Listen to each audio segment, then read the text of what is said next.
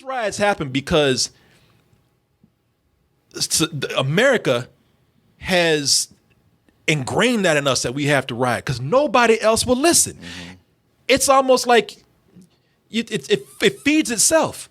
Nobody says shit until things start burning, till people get angry, till shit get, because the news won't come out and say anything, politicians won't say anything, the mayors won't come out and say anything, the governors won't come out and say anything until they feel like shit is exploding. Oh, and it might spill over into some other areas that we sure don't want that to get into. And that's been going on for years, man. 1961, the Watts riots, where police pulled over a guy who was drunk driving, and his mother came out and tried to scold her son, and a pregnant woman ended up getting punched in the stomach by cops. And then people, this, and you got to keep in mind, this is after years of police murdering people. Nobody even knew it because they didn't have cameras like they did back in the day, and they blew up. That's 1961. It began with the arrest by white officers of the California Highway Patrol of 2 young Negroes, one on a charge of drunk driving, the other his brother. Police brutality quickly spread through the community. That's 1961, y'all. They talking about police brutality. They've had other riots that have happened.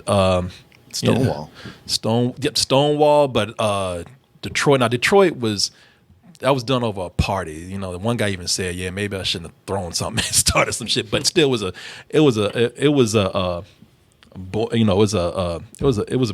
community ready to explode. It was boiling over, man. Then when was Rodney King? Was it early 90s? Yeah, I guess. I know it was the 90s. Rodney King was in the 90s, man, and nothing happened. And by the way, that was one of the beginnings of nobody saying anything until they got it on camera. 17 other so-called police bystanders at the beating scene will not be indicted. Nothing happened.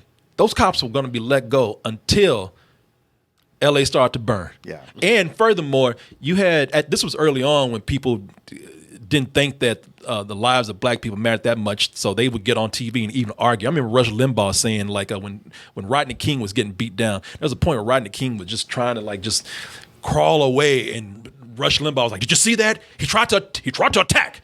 Did you see that, people? He tried to lunge at one of the officers." And it's like, man, f*** off.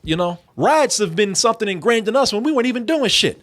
1921, the Black Wall Street, they burned that shit down. Yeah. It was more a massacre than even a riot. It was a massacre, yeah. They had to relabel it, the Tulsa Massacre.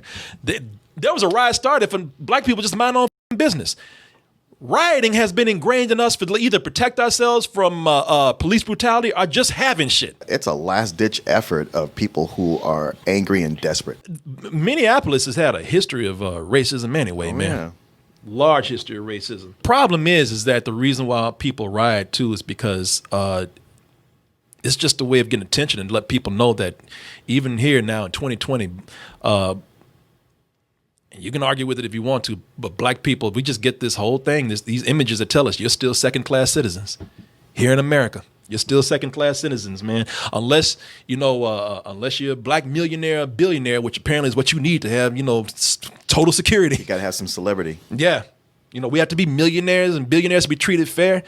But even then, even if you had $1 million, you still have to come on the TV and see somebody that looks like you and wonder, how is somebody scheming against you to take your shit away someday. I'm laying down some heavy, heavy charges on this country, man.